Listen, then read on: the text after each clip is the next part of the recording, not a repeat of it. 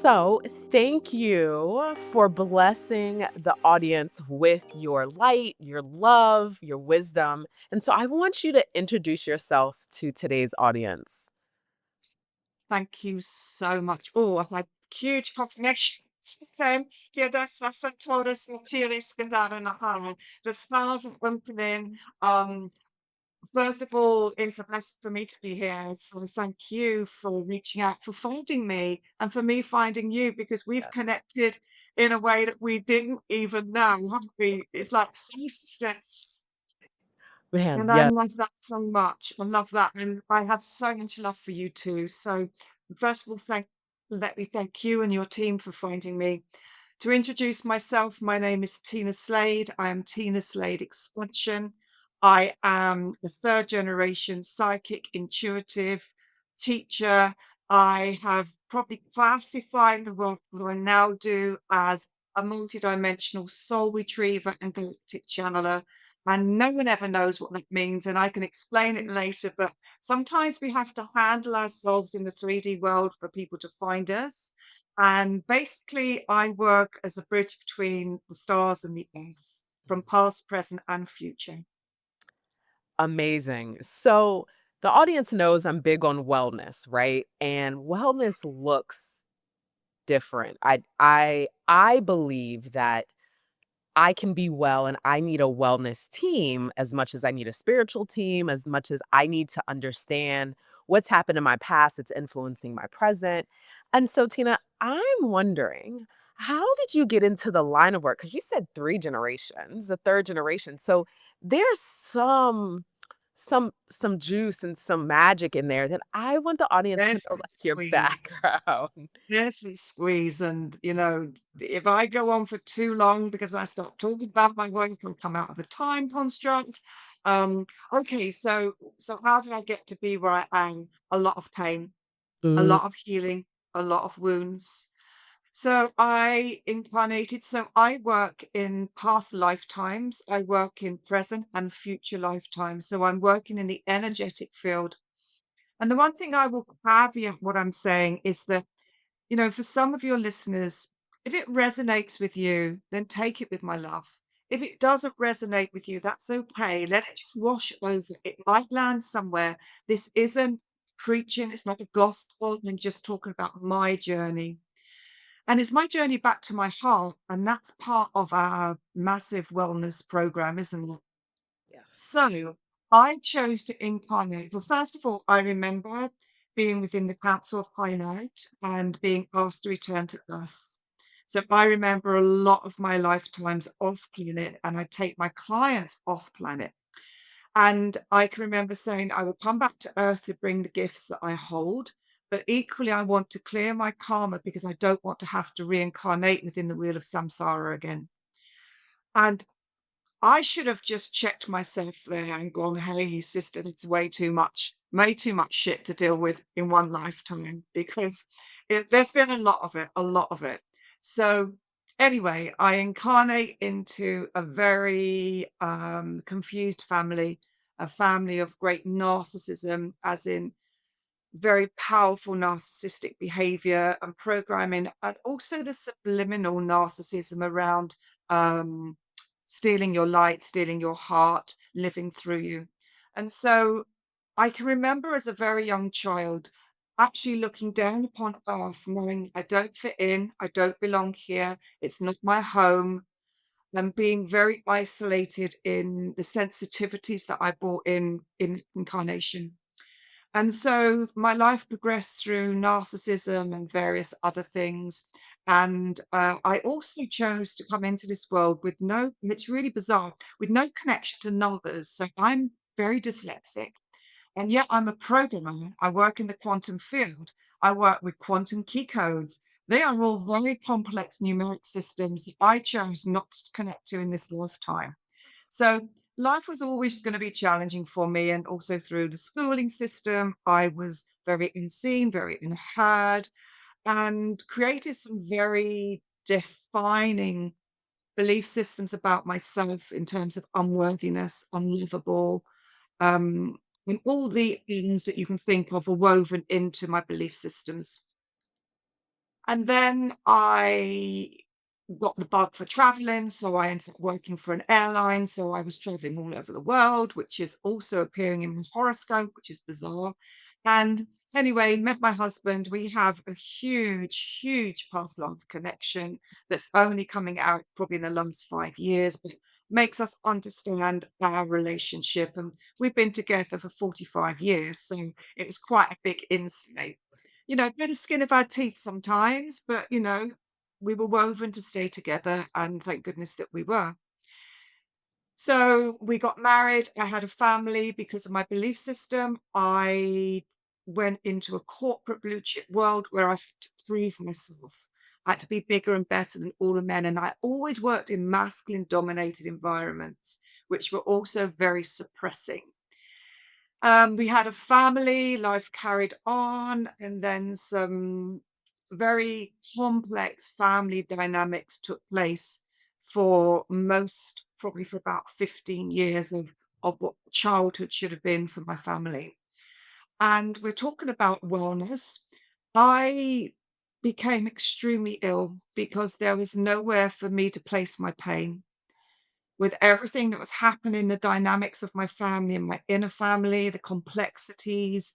There was just so much fear, so much separation, so much inability to communicate that all of the trauma that I experienced through those experiences, and remember, they're all agreed experiences. I became super ill. I had all the symptoms of MS. I had tremor all down my right side. I had brain fog. I had problems with my bladder. I was an absolute train smash. I don't even know how I had to give up work because I wasn't performing. And yeah, it was a really difficult time. And then on top of that, because I felt I had no voice from the time I was born, I developed a really horrific stammer. We could not talk now because my stammer was so acute that I couldn't even get any words out. And then the frustration becomes more inward. So you'll get even more of a stammer. So basically, all in all, I was a hot mess until one day I decided we had a big explosion at home. And I decided I could not do this journey anymore. And I left my house to end my life because there was no place for me to go. And I went to the place that I was going to end my life, and my team came down and they went, "No, it's not the time." And I made a phone call to someone who I would never ever have even considered phoning, and they said to me, "Get in your car and get to me." And that was the point of my return. Um, and so from that place of being so utterly broken, of complete disintegration of everything I knew to be true, I began the journey of healing myself because no one else was going to heal me. Right.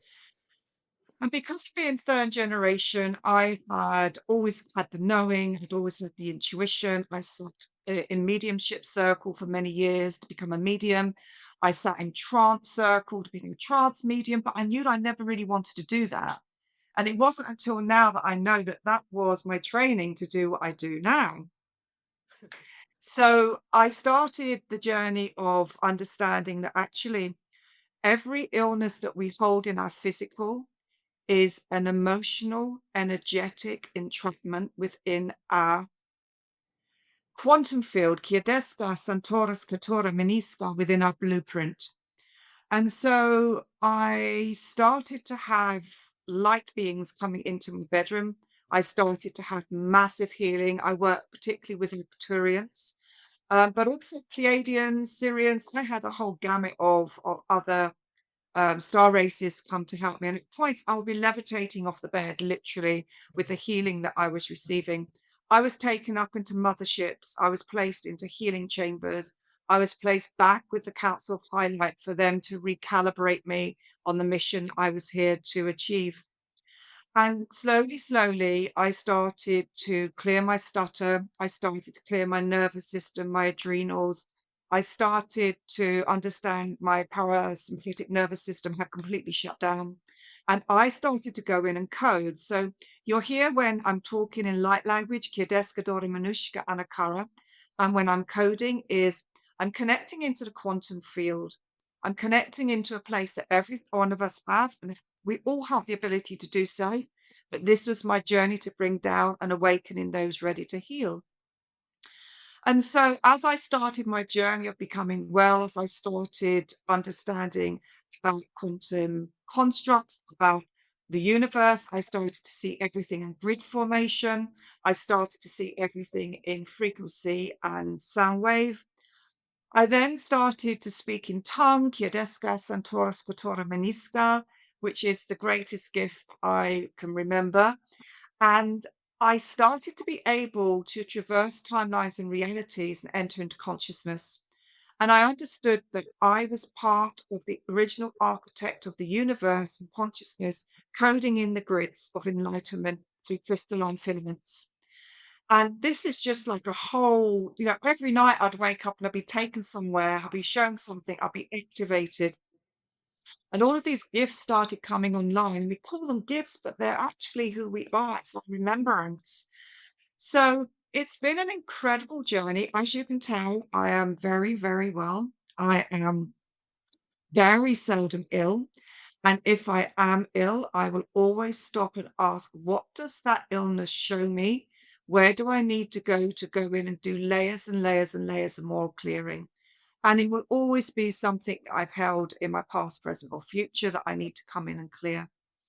So I suppose the reason why I'm sharing this and I share my incredible work because my work is as a multidimensional soul weaver. I am shown how to take each of my clients off planet and we code into your original conscious essence. So we come in and I code 15731621212 through Stargate systems. I code through planetary aspects, through constellations. I work with star races that are absolutely unknown to Earth because I'm not constrained to the normal 12 planets in our solar system. Right. I go into every galaxy, every source entity, and I will take my clients back to their planet. We will name it, we will describe it, we will describe their gifts, and I'll bring it down and I actually activate light language for them. I activate their ability to do their own coding. I'm just clearing your throat for you as we're speaking, actually, if you don't mind. I'm Wow. just clearing your throat. Makoshka. And I bring back the sovereignty of everyone I work with. And I work with those who are on the awakening journey. I work with those who are healers already on the journey who want to take their healing to the next level. I clear past trauma. I tell them who they've been, where they've been, what they've done, why they're here. It's just the most incredible remembrance.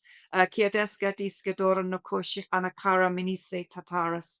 And that's how I became well. That's how I got to this place where I am very rarely ill and I am able to clear whatever it is that is coming in so that I don't take conventional medicines. I have a very strict view on what comes into my field. And I work back with the plant medicine, Chiadesa, Tutuse, Anacoris, Catara, Menisca. And I just have ownership and authenticity of who I am. And I bring that back for my clients. Tina, you are amazing. So you guys, we just met in this and we've known one another for a long time, right? But we just met and I want us to think about the person who is like on the sideline and they're thinking like, "Oh my gosh, this resonates." But the way that I was raised or programmed, so when you speak tongue, right? When you talk about tongue, I was talking to a friend. I was like, I met this amazing woman that I know her from somewhere, and she was speaking tongue. And they were like, what? And I was like, yeah. And so when I think about people that were raised in the church that clearly know of aunties, grandmas, people speaking in tongue, and somebody's on the sideline of this resonates with them, what would you say? But they're fearful because of the programming, and so what would you say for that person that's listening? Because I think this is The work you do is so powerful. It's not just in this moment. It's from every aspect of their life that it's just this moment that it's like, "Hey, I'm here," but their past lifetimes, places that, and so what would you say to that person? Well, I'm gonna check in with my team and through my team to come in and answer that for you. Kidasan, Kotusha, and Akara. So we always say to stay true to the heart. Mhm. We all incarnated for very different reasons. Right. Salakara Satora Miniska. When we stay true to our heart and our own belief patterns, we are able to access that which has been held back from us. So very much, and this is my belief system. This is why I say if it resonates with you, that's fine. If it doesn't. Through centuries and centuries and centuries, we have been disconnected through the teachings of religious inscriptions to disconnect from our true essence. So we have been indoctrinated with fear and held down fire. If you do this, you need to do so many Hail Marys, you will not go to heaven. Right. There is no separation. We are all one consciousness. We all have been birthed within source. And the construct of religion is the separation matrix, which is playing out on earth. So we live within a simulation. Mhm. The simulation is separation and fear. If we can hold each one in separation and fear, we won't connect to our multidimensional galactic Say that energies. again. Say that again. We will not. If we're in fear, we will not come into our being, our truth, our knowledge, our wisdom, and our gifts because we're too powerful, Marsha. I am a powerful embodied woman. Yes. The whole matriarchy, patriarchy do not want people who can think for themselves, who can traverse timelines, who can enter other realms, who can remember lifetimes of great joy.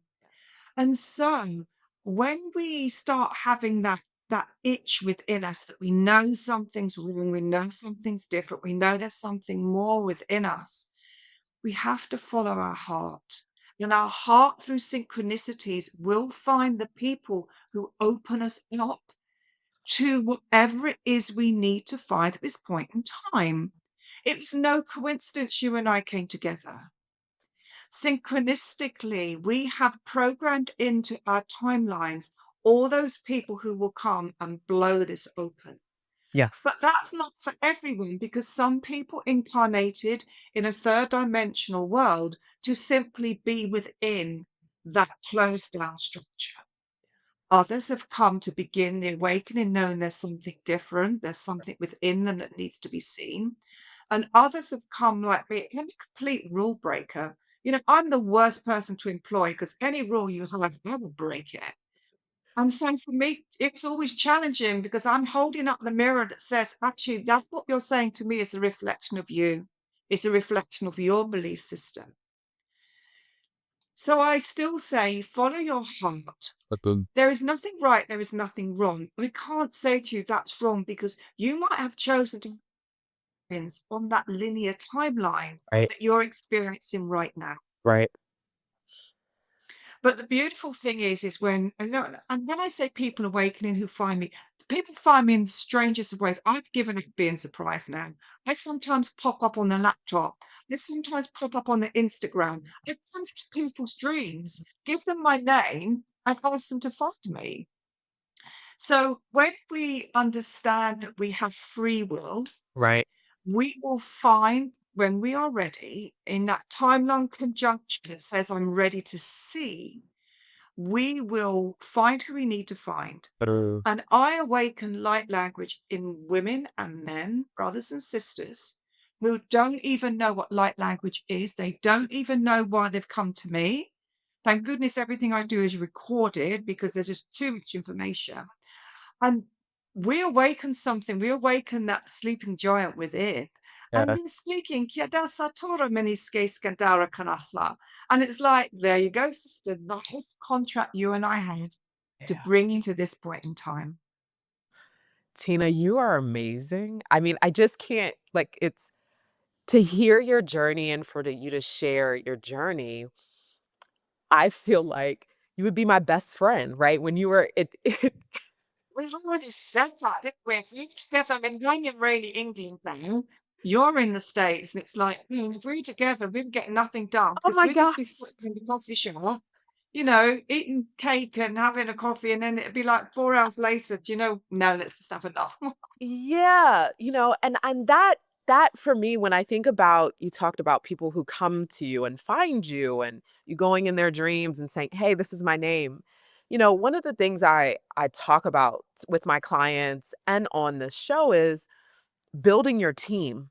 There's a natural GPS that who needs to be on your team, your spiritual team, what beings, what um entities, but then also in this realm, who needs to be a part of your tribe. And sometimes people cycle out. Like I've had somebody who's been on my team since 2012 and was very much a pivotal person. And I know as I've grown, the person's kind of in the background. And so what's the importance of who's on your team, right? Like the importance of that heart, like how your heart brings you to this space.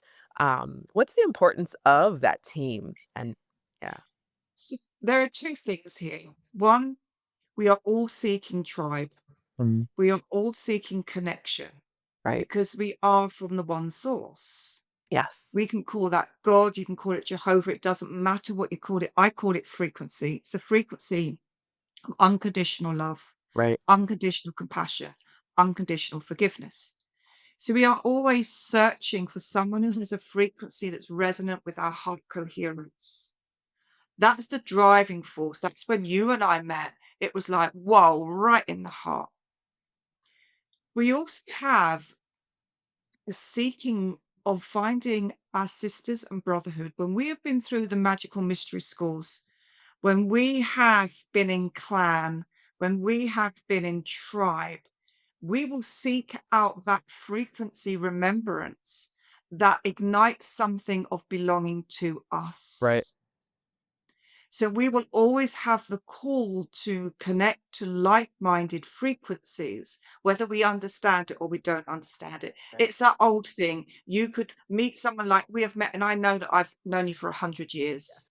Yes. And yet I can meet someone else, and actually, I don't really have much time for you because Right. there's not a connection between us. Yeah. So the first thing is we're always looking for a kindred soul, someone, it might be that we've shared times off planet, on planet, back in whatever age we want to go into, or it might be that we just hold the frequency of alignment that brings us together in a sacred soul. Yeah. But remember, we operate in a duality, we operate in polarity. So we're also have, and this is really important. I was teaching it on a call that I had yesterday, actually, on the mentorship. We were talking about how when we come into our awakening, there are those who fall away from us. Mhm.